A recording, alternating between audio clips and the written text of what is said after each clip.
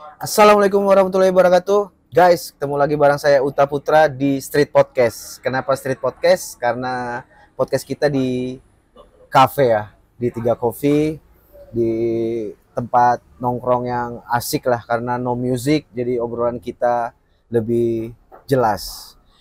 Malam ini bintang tamu saya adalah salah satu public figure, wakil rakyat, dan juga ketua Partai Kebangkitan Bangsa atau PKB Kabupaten Penajam Pasir Utara. Ini dia Bapak Irawan Heru Suryanto SPD. Selamat malam Ketua. Selamat malam. Bagaimana kabar? Baik, baik, baik. Masya Allah. Saya ini guys sangat apresiasi, sangat bangga lah ya karena bintang tamu kita malam ini anggota DPR, wakil rakyat. Aktivitas apa Pak sekarang Pak? Ya, makasih Mas Putra dan teman-teman pemirsa. Aktivitas sekarang ya menjalankan rutinitas kedinasan sebagai anggota DPRD. Ya, itu aja. Menjadi wakil rakyat. Ya, tentunya disibukkan ya Pak. ya, dibilang sibuk. Ya, sibuk dibilang enggak ya, dibawa enjoy aja. Dibawa enjoy aja, luar biasa guys. Oke, saya mungkin sedikit ada beberapa pertanyaan Pak ya. Ini saya manggilnya Pak atau soalnya masih muda. Bang aja. Guys, Abang aja. Ya. Oke, Abang Irawan Heru Suryanto SPD. Tempat tanggal lahir Balikpapan, tanggal 6 bulan 10 1983. Ya, Masih benar. milenial guys. Ya, ya. Gitu loh ya kan, masih milenial. Usia sekarang berapa Pak? 41 ya. 41 ya. Tapi nampak 38 ya. Ya, ya, Ya, mungkin karena selera humor yang tinggi ya. Gitu ya. Oke, Abangku. Saya mau sedikit bertanya. Mungkin dari yang mendasar dulu, seperti hobi. Ya, hobi saya sebenarnya sama seperti kebanyakan orang, mungkin ya olahraga, ya baca buku. Tapi sekarang ini kan karena zamannya sudah digital, maka hobinya sekarang itu nonton informasi TikTok, ya main HP lah. Stalking Ya, gitu ya, Abang ya. ya. Oke, Abang. Untuk alamat Bang, sekarang tinggal di mana Abang? Ya, saya sekarang tinggal di Jalan Lokpon SDR RT 13 Kelurahan Waru. Saya tinggal di Waru. Oh, di Waru Bang. Ya. Karena saya tahu guys, dulu Abang kita ini kan di Penajam. Bagaimana kenapa bisa di Waru Abangku? Ya, pertama karena saya mendapat seorang istri di orang Waru. Nah, kebetulan saya hampir 6 tahun belakangan ini sudah tinggal dan berdomisili di Waru. Sekaligus juga karena Waru di dapil pemilihan saya. Oh, jadi di Waru itu dapil Abang ya? Ya. Oke, bicara dapil Bang ya. Mungkin dapil itu bisa dijelaskan ke penonton. Dapil itu singkatan dari daerah pemilihan.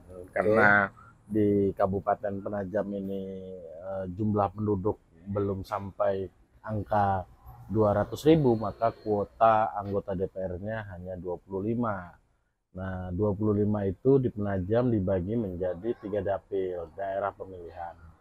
Penajam 1, Penajam 2 Sepaku, Penajam 3 Warubabulu. Yang mana Penajam 1 itu diisi oleh 12 kursi, Penajam 2 Kecamatan Sepaku itu 5 kursi, dan dapil 3 Kecamatan Waru dan Babulu itu kuotanya 8 kursi. 8 kursi. Jadi Abang sekarang mewakili dari masyarakat di Waru Bang ya? Ya. Masya Allah. Waru Babulu lah. Waru Babulu.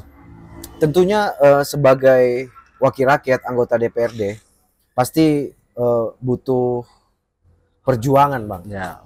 Kalau bicara perjuangan mungkin ya, kalau saya ini butuh dengan perjuangan, bukan hanya perjuangannya dengan bukan hanya tenaga tapi juga dengan keringat dan air mata gitu.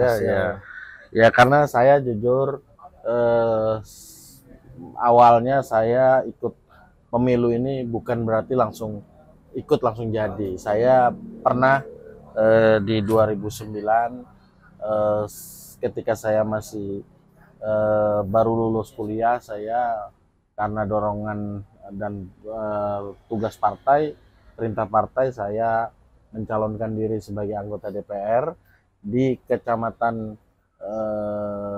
di Kota Samarinda, Kecamatan Sungai Kunjang. Itu pertama kali nama saya masuk dalam DCT, daftar calon tetap. 2000 saya tidak terpilih di sana karena hanya tes case dan hanya untuk memenuhi kuota di Samarinda. Kedua, 2014 saya mencalonkan diri kembali habis pulang kuliah, saya kembali ke kampung halaman di Penajam Pasir Utara.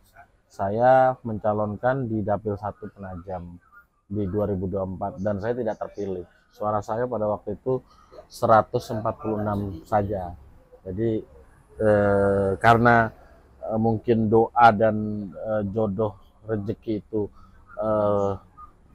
sudah ada yang ngatur, saya lalu 2016 saya menikah dengan istri saya, lalu saya hijrah ke Waru, dan 2019 saya kembali lagi mencoba keberuntungan untuk maju sebagai caleg di Dapil Waru Babulu. Alhamdulillah 2019 saya terpilih dengan suara pribadi sekitar 1303 kursi terakhir. Itu waktu pertama Bang ya? Waktu ya dibilang kalau pertama itu di waktu habis pasca lulus kuliah itu hanya untuk memenuhi kuota. Di waktu pulang ke Penajam juga saya posisi belum menikah, saya sudah sebagai ketua partai, tapi secara belum begitu kuat. Belum sangunya belum begitu kuat. Lalu saya masuk hijrah ke Waru Babulu baru. Jadi hitungannya saya 2 kali mencalon gagal, baru ketiga kalinya saya baru jadi. Oke. Prosesnya tidak mudah guys untuk menjadi seorang anggota DPRD. Tentunya pahit manisnya Bang. Ya. Nah Bang, Abang yang keberapa kali Bang? Udah 2 periode Bang ya? Saya alhamdulillah ini baru 1 periode, dan kemarin pemilu 2024 saya terpilih lagi. Periode kedua Bang di ya? Jalan periode kedua. Otomatis kenapa bisa 2 kali? Tentunya dicintai masyarakat dong. Ya. Oke, Abangku. Saya tidak mau dengar yang manisnya Bang. Saya mau dengar yang pahitnya dulu Bang. Proses menjadi anggota DPRD. Ya, pertama butuh perjuangan yang keras, butuh tantangan, dan banyak yang harus dikorbankan. Ya, saya memang pasca kuliah atau masih kuliah, saya aktif berorganisasi melalui Pergerakan Mahasiswa Islam Indonesia. Disitulah mulai awal talenta dan mental dan karakter politik saya mulai terbangun. Disitulah saya mulai mencintai politik dan mengikrarkan bahwa saya ingin menjadi seorang politisi. Ya, kalau bicara suka dukanya ya tentu di politik ini kita harus berani mengorbankan, ya terutama keluarga menjadi sesuatu yang harusnya diprioritaskan menjadi nomor 2. Kadang-kadang kita harus mendulankan kepentingan masyarakat daripada kepentingan keluarga, kepentingan anak, kepentingan istri. Kadang-kadang anak ingin jalan, tiba-tiba kita harus pergi ke suatu tempat untuk menjalankan tugas partai, untuk menjalankan tugas serap aspirasi. Kita harus sosialisasi sampai malam, sampai butuh pengorbanan di situ. Jadi tidak mudah guys untuk menjadi seorang anggota DPRD. Tanggung jawabnya besar. Ya. Sebagian masyarakat mungkin melihatnya, wah anggota DPRD enak nih kan gitu. Tapi ternyata tidak mudah guys. Oke, abangku. Di periode kedua, alhamdulillah Bang ya. Jadi di periode kedua ini tentunya Abang sudah punya formula-formula Oh ya. untuk pemilih-pemilih Abang di sana. Ya. Pemilu pertama saya ngikutin pemilu pertama saya belum punya pengalaman, masih nol. Saya tidak tahu bagaimana cara mengambil simpati dan mengambil suara rakyat. Pemilu kedua begitu juga. Akhirnya pemilu ketiga saya baru sukses. Pemilu keempat lebih mudah dibanding pemilu ketiga saya. Dan alhamdulillah pemilu terakhir ini saya menjadi peroleh suara terbanyak di Dapil Warubabulu. Dan karena saya tahu sudah cara dan strateginya, ya kita harus all out untuk siap kapanpun 24 jam dipanggil ketika masyarakat membutuhkan kita harus memberikan waktu kita semaksimal mungkin. Luar biasa. Dan jujur sebenarnya saya juga tidak pernah punya impian untuk jadi anggota DPR. Ya mungkin ketika saya mau menetapkan sebagai anggota DPR, ketika saya berkenalan dan berkecimpung di organisasi pergerakan mahasiswa. Tapi pada waktu mahasiswa dulu saya pikir untuk menjadi anggota dewan itu dengan kondisi sosial dan kondisi ekonomi saya dan keluarga saya pikir itu tidak mungkin. Saya pikir anggota DPR itu hanya bisa dicapai oleh orang-orang yang mohon maaf punya uang banyak atau punya orang tua yang memiliki uang yang banyak. Nah, saya sendiri dari keluarga yang sederhana dengan kemampuan ekonomi pas-pasan, ya alhamdulillah dengan kerja keras saya bisa duduk sebagai anggota DPR di kabupaten tempat saya lahir kan begitu. Masya Ya, Allah. jadi memang kita tidak pernah berpikir jalan Tuhan akan memberikan seperti apa-apa. Yang jelas selama kita berjuang dan berusaha untuk menggapai satu titik yang kita perjuangkan, saya pikir tidak ada yang mustahil di dunia ini. Itu aja. Wah, luar biasa Bangku. Nah, tentu di politik Bang ya, pasti Abang punya salah satu figur dong Bang, sebagai panutan atau guru di politik Abang. Mungkin bisa dijelaskan ke teman-teman siapa dulu di balik di tingkat mana nih, nasional ke kabupaten dari daerah, dari kabupaten, provinsi sampai ke pusat ya, Bang. Saya kalau di tingkat nasional dulu ya. Kalau nasional saya gandrung dengan 3 orang tokoh nasional. Pertama Kiai Haji Abdurrahman Wahid, Gus Dur, kedua Bapak Soekarno, dan yang ketiga Bapak Tan Malaka, pahlawan nasional kita Tan Malaka. Tingkat provinsi saya kagum dengan gaya politik Bapak Sokani HR. Dan di tingkat kabupaten saya pikir hari ini saya sangat kagum dengan gaya politik Bapak Andi Harahap ya. Andi Harahap. Ya. Kenapa Andi Harahap Bang? Ya karena beliau itu punya politisi yang saya pikir merangkul semua orang, punya sifat dan karakter yang tegas, dan punya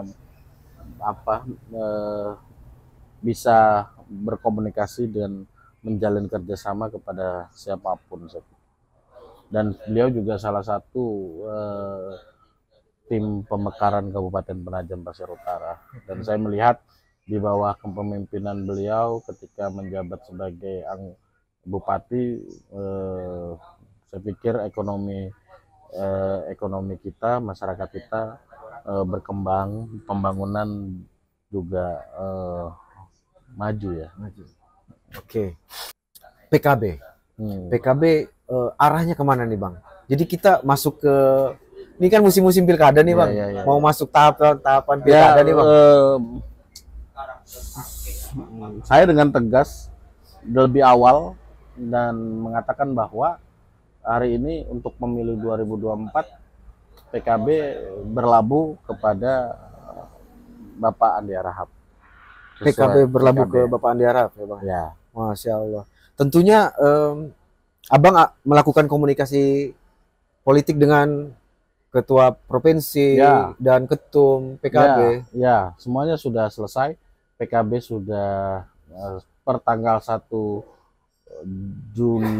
Juli kemarin surat SK atau surat keputusan dukungan kepada Andi Harahap sudah keluar dari DPP. Masya Allah. Jadi kita resmi untuk 2024 mendukung Bapak Andi Harahap. Bapak mengerokok ya? Oh iya Bang, siap Abang. Ya. Saya juga tadi nahan-nahan sih, pengen ngerokok. Ya, oke, kita kembali ke proses Abang menjadi anggota DPRD.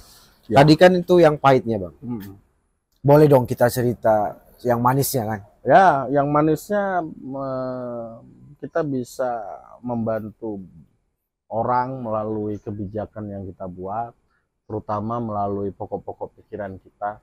Kita bisa bantu musola, kita bantu kelompok tani, kita bisa bantu kelompok nelayan, kita banyaklah yang bisa kita lakukan. Kita bisa ya bahasanya itu apa lo palu gada lah, apa lo mau gua ada gitu. Kadang-kadang politik harusnya seperti itu. Sebenarnya prinsip palu gada, apa lo mau gua ada. Jadi ketika masyarakat datang dengan berbagai keluhannya, anggota DPR harus bisa memberikan solusi dan harus bisa memberikan jawaban dan jalan keluar. Begitu. Oke, kalau boleh tahu Bang, Abang ketua Partai Kebangkitan Bangsa. Ya. Untuk anggota DPRD-nya ada berapa Bang dari PKB Bang? DPRD ada 2, saya dengan Pak Haji Noval. Oke. Untuk komisinya Bang, kan di DPRD itu ada komisi-komisi. Saya di Komisi 1 bagian pemerintahan dan pertanahan, tenaga kerja juga masuk dalam skup saya, dan Pak Noval di Komisi 3. Oh jadi Abang masuk juga di ketenaga kerjaan ya? Tenaga kerjaan, pemerintahan, pertanahan, pariwisata, Satpol PP juga masuk mitra kerja saya. Wow, luar biasa. Jadi Abang tuh pernah ngebayangin gak sih, kayak nggak nyangka gitu? Ya, saya bisa gitu loh jadi anggota DPRD itu. Ya pastilah, saya jujur aja kalau orang Penajam tahu dengan saya, tahu dengan latar belakang keluarga saya. Bapak saya hanya seorang pembuat sapu ijuk di Gunung Steleng. Ya mungkin secara ekonomi standar ke bawah lah ya, bukan menengah ke atas tapi menengah ke bawah. Saya pikir dengan seorang anak tukang sapu ijuk, tukang pembuat sapu ijuk, saya pikir cita-cita menjadi anggota DPR itu sesuatu hal yang mustahil dan tidak mungkin, karena ya tahulah kita di politik itu adalah high cost, semua pembiayaannya besar, tentu sesuatu hal yang mustahil lah, mustahil. Saya kan sama misalnya saya sama Putra ini hampir sama sebenarnya. Saya bukan anak pejabat, saya bukan anaknya orang tua yang punya uang banyak, tapi memang berangkat dari semangat dan kerja keras untuk meraih cita-cita dan meraih apa yang menjadi komitmen hidup kita. Tujuan kita apa, kita mau berjuang di mana, kita mau concern di mana. Jadi Mas Putra sebenarnya kalau dari disiplin ilmu, saya ini bukan orang politik sebenarnya. Saya ini adalah seorang tenaga pengajar atau tenaga guru. Saya kuliah di Universitas Mula Warman, mengambil Fakultas Keguruan dan Ilmu Pendidikan, program studi pendidikan kimia. Jadi saya ini sebenarnya kalau secara disiplin ilmu, saya adalah guru kimia, bukan seorang politisi. Tapi karena karena dinamika, karena berproses di kampus, bertemu dengan teman-teman aktivis, lalu PMI sangat mewarnai hidup saya lebih banyak. Saya menjadi ketua cabang PMI Samarinda, lalu saya malah tidak lagi mengajar gitu loh, tapi malah tersesat ke jalan yang benar menjadi seorang politisi gitu. Jadi sebenarnya saya bukan disiplin ilmu saya bukan, kalau kita di kampus itu namanya Visipol, Fakultas Ilmu Sosial dan Politik, tapi saya di FKIP. Gitu Bang ya. Ya, makanya saya SPD, saya guru kimia sebenarnya. Iya benar. Makanya tadi dari titelnya kok nggak ada sangkut paut dengan politik. Tapi apakah dari dulu emang jiwanya Bang? Kan biasa gitu Bang. Biasa jurusannya bukan yang kita impikan, ternyata kok gitu. Apakah jiwanya gitu loh Bang? Ya, karena pertama kali saya di usia-usia muda SMA, saya memang ingin masuk ke organisasi. Ingin belajar berorganisasi itu seperti apa. Kan dulu juga saya sebelum kuliah, sebelum berangkat ke Samarinda, saya menjadi ketua IRMA, Ikatan Remaja Musola Darut Taklim. Itu dia ada di Gunung Steleng, di wilayah RT 1, di belakang rumah jabatan Pak Bupati. Itu ada musola kecil dulu. Di situ saya pernah menjadi ketuanya. Dan karena rumah saya dekat dengan musola itu, maka kita sering beraktivitas di situ. Nah, mulai disitulah saya kesenangan untuk berorganisasi itu berlanjut di kampus. Di kampus saya ikut BEM, saya ikut HMJ, saya ikut Himaprodi, lalu saya ikut dikenalkan dengan senior saya yang sekarang menjadi ketua DPW PKB Kaltim, Pak Safrudin, yang sekarang menjadi anggota DPR RI, masuk ke ikut dalam proses kaderisasi di Pergerakan Mahasiswa Islam Indonesia. Disitulah mulai saya diasah untuk bagaimana intuisi politik saya, karakter saya, dan pondasi awal saya meniti karir di politik. Masya Allah. Tapi tentunya doa orang tua Bang ya. Doa orang tua juga sangat mendukung Abang menjadi anggota DPRD sampai sekarang ini.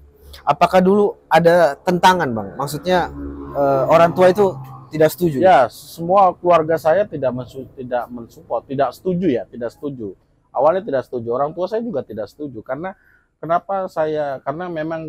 saya garis dari hidup masyarakat keluarga menengah ke bawah begitu. Karena konsepsi orang tua saya untuk hidup mapan itu hanya menjadi seorang PNS. Saya ini diharapkan oleh orang tua saya ini menjadi seorang PNS. PNS-nya di guru dan di kesehatan. Jadi memang saya ini 9 saudara. Saya paling bungsu, paling terakhir. Semua kakak-kakak saya itu hanya ada 2, kalau tidak di kesehatan ya di guru. Nah, makanya saya di program oleh orang tua saya bukan menjadi anggota DPR, sebenarnya ingin menjadi seorang guru. Karena minimal seorang guru itu bisa mengangkat derajat keluarga dan bisa mudah untuk masa depannya lebih terjamin. Dibanding misalnya seorang pengurus partai kayak saya, ketua partai, tidak digaji, tidak ada yang menggaji saya pada waktu merintis, bahkan harus mengeluarkan uang sendiri untuk membangun dan membesarkan partai. Begitu. Jadi Abang memilih keluar server ya ibaratnya gitu ya. Keluar server untuk menjadi seorang anggota DPRD. Ya. Tapi alhamdulillah dengan kemauan dan impian Bang ya. Alhamdulillah kan Abang sekarang 2 periode. Setidaknya juga mengangkat derajat keluarga Bang. Siap. Abang ya. Nah, luar biasa. Belakangan ketika saya sudah terbukti, sudah komen-komen miring terhadap politik di keluarga saya sudah tidak ada. Sudah tidak ada. Nah, yang awalnya tadi menentang Bang. Dan saya sudah membuktikan bahwa suatu saat saya pasti akan menjadi anggota DPR. Luar biasa. Ya. Guys, menarik banget nih ngobrol sama Bang Irawan. Oke. Ketua partai. Tadi Abang bilang nggak digaji. Ya, nggak digaji. Itu nggak digaji Bang? Nggak digaji. Oh, kita sebagai ketua partai itu nggak digaji? Nggak digaji. Kita hanya sebagai pengurus dan aktivis partai itu kita dituntut untuk punya loyalitas. Apalagi partai yang tidak punya kursi di DPR. Saya pikir PKB di awal-awal saya memimpin partai di Penajam Pasir Utara, PKB nggak punya kursi, jadi tidak punya sumber daya, sumber pemasukan itu nggak ada. Ya, saya sejarah saya secara singkat ya, saya awalnya ketika orang tua meninggal, saya pulang ke Penajam. 2011 saya pulang ke Penajam, tapi sebelumnya saya sudah ber-PKB di Kaltim di provinsi. Nah, lalu saya di sini jadi penjual air, lalu saya 3 bulan jadi penjual air dulu. Air apa itu bang? Air minum Tandon itu saya dibikinkan usaha sama kakak saya, dibelikan yang mobil. Pakai mobil itu bang? Ya, yang narek selang itu. Iya. Itu saya, karena saya pada waktu itu belum bisa bawa mobil, pada waktu itu belum bisa nyetir. Lalu saya tugasnya bukan nyetir, saya tugasnya tarik gulung selang. Dan itu panjangnya ada 100 meter. Masya Allah. Itu saya jalani 3 bulan. Karena sambil saya beradaptasi di Penajam, karena meskipun pada 2011 itu meskipun saya orang Penajam, lahir di Penajam, tapi bagi saya harus beradaptasi karena hampir 10 tahun hidup saya itu habis di Samarinda. Jadi 10 tahun itu palingan kalau ke waktu masa-masa kuliah saya pulang ke Penajam nih palingan sehari 2 hari sudah nggak betah. Saya harus ke Samarinda lagi karena di sana satu teman banyak dan kegiatan juga numpuk. Apalagi kegiatan di PMI numpuk. Jadi saya harus mulai lagi beradaptasi, mulai lagi menyesuaikan diri. Lalu saya alhamdulillah saya melamar lagi di menjadi karyawan outsourcing di kantor di Bank Mandiri, di Mandiri Petung pada waktu itu. Nah, saya pada waktu itu saya sudah sebagai aktivis partai, sudah jadi ketua partai, tapi karena memang partai tidak menggaji, makanya saya kerja serabutan untuk pertama menopang hidup saya secara pribadi, dan sedikit-sedikit saya bisa ngurusin partai. Karena kalau ke Samarinda misalnya ada kegiatan partai, kita nggak bisa minta uang sama siapa, kita harus mengeluarkan uang sendiri. Nah itu pertama. Kedua, sudah hampir 1 tahun saya di Bank Mandiri, karena sudah mendekati tahun politik. Pada waktu itu 2013 saya resign dari outsourcing. Pada waktu itu gaji saya 1.700.000 lah, 1.700.000 pada waktu itu. Saya memberanikan diri untuk berusaha sendiri, bekerja sendiri, jadi kontraktor kecil-kecilan. Saya pada waktu itu kerja kontraktor kecil-kecilan lah. Sambil pada waktu itu saya karena ini sudah momentum politik, maka saya harus kembali kepada fokus ritme yang saya perjuangkan. Jadi saya harus kembali lagi ke PKB all out dan fokus di situ. Meskipun tidak digaji. Luar biasa. Ya. Prosesnya saya bang, pikir luar biasa bang ya. Saya pikir ketika ada niat, ada kemampuan, ada kemauan di situ, Tuhan memberikan jalan. Saya pikir. Meskipun tidak semudah yang kita bayangkan. Pasti saya pikir dan saya merefleksi bahwa hari ini ternyata saya bisa menjalani semua itu, melewati proses-proses kritis itu, proses-proses sulit itu. Luar biasa, luar biasa prosesnya bang. Untuk pohon itu tinggi itu susah bang. Susah ya, pasti banyak tekanan angin kanan kiri bang ya. Luar biasa, Masya Allah. Nah abang kan yang periode kedua nih, tentunya kan dipilih kembali tuh bang. Iya kan, tentunya kan abang udah memberikan, bukan janji ya, kalau saya bilang tuh visi misi kan, menjadi wakil rakyat kan. Akhirnya abang turun kembali gitu, sehingga terpilih kembali. Nah, bicara strategi bang, tentunya semua partai beda-beda dong. Nah, untuk PKB sendiri, strategi politiknya seperti apa? Atau mungkin bisa dikasih sedikit bocoran gitu? Ya, satu tentu sama ya, pasti bicara tentang bagaimana memperjuangkan kepentingan masyarakat itu melalui posisi kita sebagai DPR, fungsi legislasi dan fungsi budgeting. Nah, fungsi budgeting itu yang lebih maksimal melalui memperjuangkan aspirasi masyarakat melalui anggaran. Nah, jadi anggota DPR ini sebenarnya punya tiga fungsi. Tiga fungsi. Pertama, fungsi legislasi. Fungsi legislasi ini adalah membuat peraturan daerah atau kalau di tingkat negara perundang-undangan lah. Kalau kita di sini kan perda lah ya. Dan yang kedua, kita punya fungsi kontrol, pengawasan terhadap kinerja pemerintah.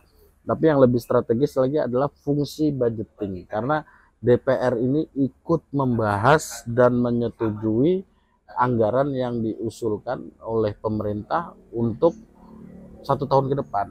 Jadi DPR ini juga bersama-sama dengan pemerintah daerah membahas dan mengesahkan APBD, uang rakyat, anggaran pendapatan belanja. Nah, dari situlah kita memperjuangkan kepentingan masyarakat kita atau pemilih kita. Itu pertama. Kedua, karena kita ini saya terutama saya memang diuntungkan pada waktu itu jaringan di partai saya kuat. Saya kebetulan PKB pada waktu itu ada di Kementerian Desa dan di Kementerian Tenaga Kerja. Jadi banyak program-program Kementerian Desa dan Kementerian Tenaga Kerja itu yang langsung bersentuhan kepada masyarakat. Jadi saya contoh satu, selama saya duduk habis hampir 5 tahun ini, saya membawa program kementerian yang langsung bersentuhan kepada masyarakat. Contohnya misalnya begini, saya di dapil saya atau di Penajam ini, alhamdulillah kita sudah bisa membangun Balai Latihan Kerja Komunitas, BLK Komunitas. Itu BLK Komunitas itu adalah program kementerian yang dibawa untuk komunitas, bisa pondok pesantren, bisa asosiasi ketenaga kerjaan. Saya membawa ke sini dan jurusannya banyak. Contoh misalnya saya di mana tuh Bang? Oh, di sini banyak. Sekarang di Penajam kalau nggak salah 1, 2, 3, 4, 5, ada 6. Ada 6 BLK. 6 BLK ya? 6 BLK tersebar di 4 kecamatan. Penajam 1 di Kilo 3 itu programnya perikanan, pengelolaan hasil perikanan. Di Waru itu pengelolaan hasil pertanian. Di Babulu ada 3, teknologi informasi, teknologi desain grafis, perfilman di Pondok Pesantren Minhajul Tulab, di Darul Safaa, di di Pondok Pesantren Binaul Muhajirin itu ada 3, dan di kantor PAC Kecamatan Sepaku kita ada, baru tahun ini selesai, tahun 2023 kemarin selesai. Udah 4 kecamatan Bang? Sudah 4 kecamatan, ada 6 BLK, dan itu dibanding kabupaten lain, Penajam termasuk salah satu kabupaten yang punya banyak BLK. Contoh misalnya Balikpapan tuh BLK-nya, dia punya BLK besar, dia punya BLK UPTD, tapi dia nggak punya BLK komunitas. Di mana kita bisa lihat di Penajam tuh ada 6, dan itu yang kita bawa. Lalu kita akan latih ibu-ibu, adik-adik, anak-anak muda. Di situ mulai kita mengambil hati dan simpati masyarakat. Bisa daftar lu Ndat? Ya. Kalau desain grafis seperti ini kan ada di di Binaul Muhajirin. Iya. Ada desainnya di sana, kita bangunkan dari kementerian itu, kita bangunkan gedungnya, kita kasihkan peralatannya semuanya, dan itu melalui lobby-lobby politik kita di bawah kerja-kerja kita sebagai anggota DPR. Itu salah satu kinerja ya, menjadi wakil rakyat ya, memperjuangkan aspirasi. Wow, luar biasa. Dulu kemarin kenapa saya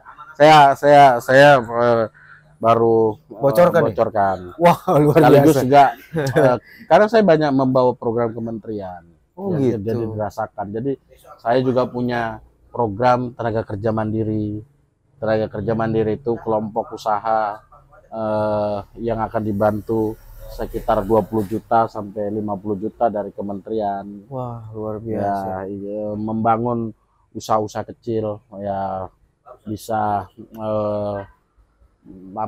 budidaya bebek, budidaya ikan lele, dan itu kita jalan. Udah jalan Bang ya? Kami sudah jalan. Hampir 100 kelompok pada kemarin itu kita sudah golkan. Wah. Itulah yang menyebabkan kenapa di periode kedua ini saya memperoleh, alhamdulillah saya memperoleh suara tertinggi. Oh, suara tertinggi. Kalau boleh tahu Bang, berapa Bang suara Saya Bang periode kedua ini Bang? Suara tertinggi saya 3.800 lebih. 3.800. 3.800. Akumulasinya sekitar 5.600. 5.600 untuk Ya. Kecamatan Waru. Babulu. Waru Babulu. Ya. Oh, Kecamatan Waru Babulu. Dua kecamatan Satu itu, dapil. satu dapil itu saya dapat 3.800. Wow, luar biasa. Ya. Guys, luar biasa guys. Tapi Dari tentunya nggak awal mudah, Bang. Dari awal 5 tahun yang lalu saya maju, saya kursi terakhir, Oh gitu. paling kecil. Tapi Abang nyangka nggak sih kalau di periode yang kedua ini dapat suara segitu? Nyangka nggak? Nyangka, karena Nyangka? semua kerja itu harus sesuai dengan target. Oh, Dengan sistem target tentunya. dan cita-cita. Cita-cita. Oke. Eh, Sistem juga ya, Bang? ya sistem juga, Iya kan? semuanya kita bangun semua sistem. Ya kita kerja itu kan pasti punya target. Iya, benar. Target saya mau ini. Oke. Lalu saya bangunlah instrumennya, saya bangun sistemnya, saya bangun pola kerjanya. Oke. Jadi suara saya sebesar itu saya tidak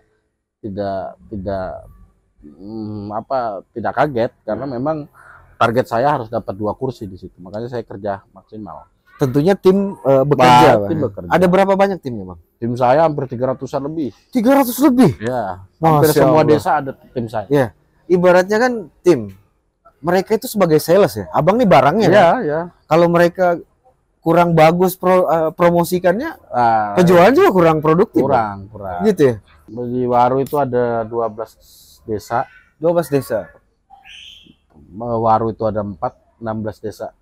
Semua ada tim saya. Oke, di periode kedua dapat suara segitu banyak. Waktu periode pertama kita flashback Periode pertama karena saya belum masih pendatang baru dan baru butuh adaptasi ya. iya, saya cuma dapat 1.000, 1.300 saja. 1.300. Ya. Wow, 2 kali lipat ya Bang ya naik ya? Ya, 3 kali lipat lah, 300% lah. Masya Allah, 300%. luar biasa. Nah, kemarin tuh calegnya ada berapa orang Bang? Ada 8. Dari PKB? Ada 8. Oke, dari 8 caleg tersebut, siapa yang suara terbanyak kedua Bang? Ada namanya Mas Misran dari Mas- Babulu Darat. Mas, berapa suaranya? Bang? 700. 700. Ya. Itu terbanyak kedua Bang ya? Terbanyak kedua. Jadi semua yang lain ke Abang ya? Ya. Ketua partai. Tapi tentunya Abang kan turun juga dong. Oh ke iya masyarakat. dong. Makanya tadi saya Gitu. bilang program melalui Pokir, program melalui kementerian, melalui jaringan. Nah, itu harus maksimal kita. Luar Kita harus- biasa. Kita harus bersusah-susah pergi ke Jakarta untuk melobi kementerian, untuk minta program buat masyarakat, bukan buat kita, buat masyarakat. Buat masyarakat. Iya, jadi masyarakat juga menilai, oh ternyata Pak Irawan itu menjadi anggota DPR juga ada yang dirasakan gitu. Oke. Ya. Tapi kan Abang kan dapil Waru Babulu ya. Tapi program yang Abang perjuangkan tadi kan dirasain 4 kecamatan tuh. Ya, BLK tadi kecamatan BLK itu. Wah, luar biasa. Ya. Ya semoga nanti Abang bisa naik lagi ke provinsi. Ya, ya. Karena saya kenal guys, Abang kita Irawan ini saya kenal sekali. Beliau memang low profile. Buktinya beliau mau datang ke podcast ini kan luar biasa. Kita nggak bisa bayar nih. Anggota DPRD. Ya Bang. Nah, jadi saya begini ya teman-teman ya guys. Saya sih biasa aja gitu. Karena bukan persoalan pencitraan. Bagi saya jabatan itu Titipan. amanah, titipan Titip. yang diberikan. Wah, Jadi luar biasa. suatu saat kita bisa dicabut gitu loh. Jadi saya ingin dengan jabatan ini saya harus banyak bersyukur dan harusnya tidak boleh punya ruang untuk bisa berteman dengan siapapun. Karena memang saya bukan berangkat dari orang dari keluarga kaya apa yang mau dibanggakan. Perintis Bang ya. Iyalah. Wah, Kalau anggota luar dewan itu biasa. bukan sesuatu hal yang harus dibanggakan. Betul, betul, betul. Meskipun kita bangga, tidak semua orang. Bayangkan tuh dari 180.000 penduduk Penajam, kita hanya 25 orang aja yang tersaring sebagai anggota dewan. Ya kita merasa bangga gitu. Nggak semua orang sebenarnya, apalagi banyak orang yang mau jadi anggota DPR nggak jadi gitu ya. Tapi alhamdulillah kita jadi. Tapi kita nggak boleh sombong bahwa ya kita pernah juga menjadi masyarakat biasa-biasa aja. Berangkat dari Iya. masyarakat biasa Dari dan masyarakat menjadi wakil biasa rakyat. ketika menjadi wakil rakyat, diangkat derajatnya, memberikan kewenangan, lalu kita sombong nanti dicabut kita apa? Dicabut rezeki kita semua. Benar sekali. Ya kan begitu. Benar sekali. Nah, Luar biasa. jadi ini bukan pencitraan. Saya sekali lagi, saya mau dimanapun, saya pikir tidak ada ruang yang memisahkan atau harus ada elitisme, enggak. Benar, Bang. Di Kandi saya juga sering nongkrong di warung kopi kok. Saya bukan orang yang apa ya? Karena Pansos memang gitu. Latar belakang saya aktivis gitu. Saya memang sering kumpul, sering Benar. diskusi. Jadi ketika sekarang menjadi anggota DPR itu malah diskusi-diskusi itu malah kangen sebenarnya. Benar, Malah Bang. senang gitu. Memang perlu, Bang, karena anggota DPRD harus mengikuti zaman. Kan kita lagi berada di zaman yang namanya wah luar biasa kan, era digital, Bang. Semua digital. Jadi apapun dilakukan secara digital. Tapi tetap harus hati-hati, Bang. Sebagai anggota DPRD, Abang juga harus protect lah terkait privacy karena banyak kejahatan-kejahatan digital, Bang, yang Abang belum ketahui kan. Masih ada satu pertanyaan, Bang, yang saya ingin tanyakan sebelum kita akhiri podcast kita. Kembali ke PKB tadi yang mendukung atau memilih Pak Andi Harahap untuk menjadi Bupati Kabupaten Penajam Pasir Utara. Tentunya prosesnya tidak mudah, Bang, ya. Gitu. Apakah komunikasi politik yang dibangun sejak lama atau bagaimana, Bang? Sehingga berlabuh ke Andi Harahap? Alasan PKB berlabuh ke Andi Harahap itu adalah ada faktor historis juga. Historis. Jadi, historis. Oke. Jadi saya mengenal Pak Andi Harahap bukan sehari dua hari. Bahkan dulu pada waktu pemilu 2014, Pak Andi Harahap itu punya kontribusi yang sangat besar terhadap perkembangan dan kemajuan PKB. Ya, dengan bagaimana merekomendasikan salah satu caleg potensi masuk ke PKB dan alhamdulillah jadi anggota DPR. Pada waktu itu Pak Muhammad Jaitsa yang tidak tertampung, tidak bisa nyalek di Golkar, lalu dengan pada waktu itu Bapak Andi Harahap masih sebagai ketua Golkar, maka merekomendasikan untuk mencari perahu atau menitipkan Pak Zaid di PKB. Saya pikir historis itu yang menitik beratkan kenapa PKB hari ini mendukung Pak Andi Harahap, sekaligus juga karena faktor-faktor gaya kepemimpinan beliau dan harapan-harapan masyarakat hari ini kepada beliau untuk kembali lagi mengurus Penajam Pasir Utara. Oleh karena itu saya pikir hari ini mungkin saya juga berharap ini pengabdian terakhir beliau terhadap tanah kelahiran beliau, Penajam Pasir Utara. Saya pikir itu kenapa saya mendukung Pak Andi. Kalau bisa dibilang mimpi Abang sama Pak Andi Harahap itu sama ya. Kan Abang juga mengabdi tadi. Ya. Mau kembali mengabdi ke PPU kan. Ya. Gitu. Tentunya punya mimpi dan ya tentu biar diapa-apakan Penajam ini tempat daerah lahir kami. Ya saya biar begini bahasanya, saya tembuni saya ditanam di Penajam Pasir Utara. Oh gitu ya. Iya. Ya kan? Iya benar. Itu nggak bisa dipungkiri. Oleh karena itu baik buruknya Penajam Pasir Utara itu menjadi tanggung jawab kita, menjadi ini toh juga nanti kalaupun harus menutup misalnya menutup usia kami di Penajam. Ini rumah kami. Penajam ini tempat lahir dan mati kami. Oleh karena itu kami tidak miris dan sedih ketika Kabupaten Penajam ini hanya menjadi tempat singgah orang luar untuk mencari kepentingan sesaat. Oh, sesuatu. Ya. Udah banyak pengalaman, Bang. Banyak pengalaman. Iya, benar. Oke, Bang. Sebelum saya akhiri podcast kita, saya minta Abang untuk memberikan kata-kata motivasi, Bang, buat penonton kita nih. Ya, Betul. Terima kasih sahabat-sahabat. Saya pikir awal titiknya adalah konsistensi. Saya pikir hari ini saya bergerak di politik, teman-teman di bidang manapun. Saya pikir mau bidang desain, teknologi informasi, apapun. Saya pikir hari ini untuk mencapai titik itu harus butuh konsistensi. Konsisten terhadap apa yang menjadi cita-cita kita. Kedua, kita harus punya loyalitas. Kita harus korbankan semuanya. Kita tidak boleh setengah-setengah. Kita tidak boleh 50-50. Karena hidup cuma sekali. Kalaupun kita punya mimpi dan cita-cita, maka tujulah pada satu titik itu dengan konsistensi, loyalitas. Insya Allah. Biasa. Kalau kita mengutip bahasa Quran, saya pikir manjadah wajadah itu sudah saya buktikan. Siapa yang bersungguh-sungguh pasti dapat. Wah, luar biasa. Oke, dengan tadi sedikit motivasi dari Abang Irawan, maka kita akhiri podcast kita malam hari ini. Terima kasih banyak Abangku sudah hadir. Terima kasih banyak. Semoga sehat selalu, panjang umur, Siap. rezekinya lancar terus, dan Siap. karirnya semakin naik. Ya, Oke. makasih. Siap. Ya.